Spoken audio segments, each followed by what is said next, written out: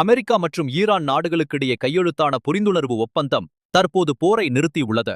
ஆனால் இந்த அமைதி நிலைக்க வாய்ப்பு உள்ளதா என்ற கேள்விக்கு தெளிவான பதில் இல்லை. இந்த ஒப்பந்தம் ஒரு முழுமையான சட்டப்பூர்வமான உடன்படிக்கை இல்லை என்பது மிக முக்கியமான விஷயமாகும். இது ஒரு சாதாரண ஒப்பந்தம் மட்டுமே தவிர சர்வதேச சட்டங்களுக்கு உட்பட்டது இல்லை.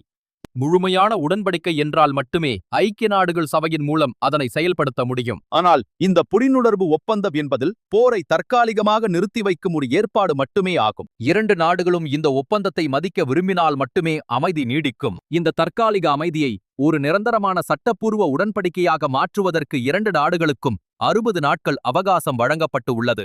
இதில் அவர்கள் வெற்றி பெற்றால் மட்டுமே போர் உண்மையாகவே முடிவுக்கு வரும். இல்லையென்றால் இது ஒரு தற்காலிக இடைவேளை மட்டுமே ஆகும். தற்போதைய சூழ்நிலையை பார்த்தால் இந்த அமைதி நிரந்தரமானது இல்லை என்பது தெளிவாக புரிகிறது. இந்த ஒப்பந்தத்தின் மூலம் அமெரிக்கா அடைந்த லாபங்கள் முழுமையானவை இல்லை. ஈரான் இனிமேல் அணு ஆயுதங்களை தயாரிப்பதற்கு தேவையான 90% அளவிற்கு யுரேனியத்தை செறிவூட்ட மாட்டோம் என்று உத்தரவாதம் அளித்து உள்ளது.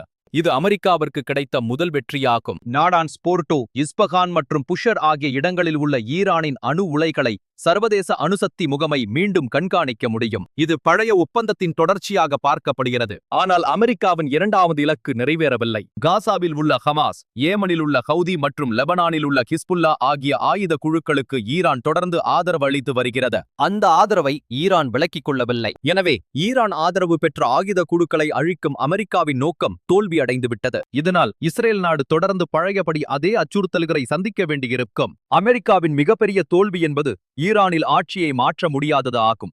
அமெரிக்காவின் தாக்குதல்கள் ஈரானின் முந்தைய உச்ச தலைவர் அயத்துல்லா கொமேனியை கொன்றுவிட்டன. ஈரானின் தலைநகரான தெஹ்ரான் முழுவதும் கடுமையான சேதங்களை அமெரிக்கா ஏற்படுத்தியது.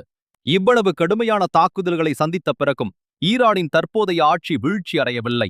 இது மிகவும் முக்கியமான ஒரு முடிவாகும். ஈரானை மீண்டும் கட்டியெழுப்புவதற்கு $300 பில்லியன் தேவைப்படும். இந்த இழப்பீட்டுத் தொகையை அமெரிக்காவே வழங்குவதற்கு இந்த ஒப்பந்தத்தில் ஒப்புக்கொண்டு உள்ளது. அமெரிக்கா மற்றும் இஸ்ரேல் நாடுகளின் முழுமையான இராணுவ பலத்தையும் தாங்கி ஈரானின் அரசு தப்பித்து விட்டது. இது உலகின் ஒரே வல்லரசு என்று அழைக்கப்படும் அமெரிக்காவின் பலத்தின் மீது பெரிய கேள்விகளை எழுப்பியுள்ளது. அமெரிக்கா தனது முக்கிய அரசியல் இலக்கை அடையவில்லை. ஹார்முஸ் ஜலசந்தியை மீண்டும் திறப்பது இந்த ஒப்பந்தத்தின் மிகப்பெரிய வெற்றியாகும். உலகின் ஒட்டுமொத்த எண்ணெய் மற்றும் எரிவாயு வர்த்தகத்தில் 20% இந்த கடல் வழியே நடக்கிறது. ஈரான் இந்த வழியை திறக்க சம்மதித்து உள்ளது. அமெரிக்காவும் தனது கடற்படை முற்றுகையை தளர்த்திக் கொண்டது. இது சர்வதேச கடல் வணிகத்திற்கு மிகப்பெரிய நன்மையை வழங்கியுள்ளது. இதன் காரணமாக உலகளாவிய எரிசக்தி நெருக்கடி குறைந்து உள்ளது. அடுத்த 60 நாட்களில் இந்த தற்காலிக ஒப்பந்தத்தை ஐக்கிய நாடுகள் பாதுகாப்பு சபையின் கீழ் ஒரு நிரந்தர உடன்படிக்கையாக மாற்ற முடியும். இந்த ஒப்பந்தம் ஒரு நிரந்தர அமைதி இல்லை. லெபனான் எல்லையில் இஸ்ரேல் மற்றும் ஹிஸ்புல்லா இடையே நடைபெறும் கடுமையான மோதல்கள் இந்த அமைதிக்கு ஒரு பெரிய ஆபத்தாக தொடர்ந்து இருந்து வருகின்றன.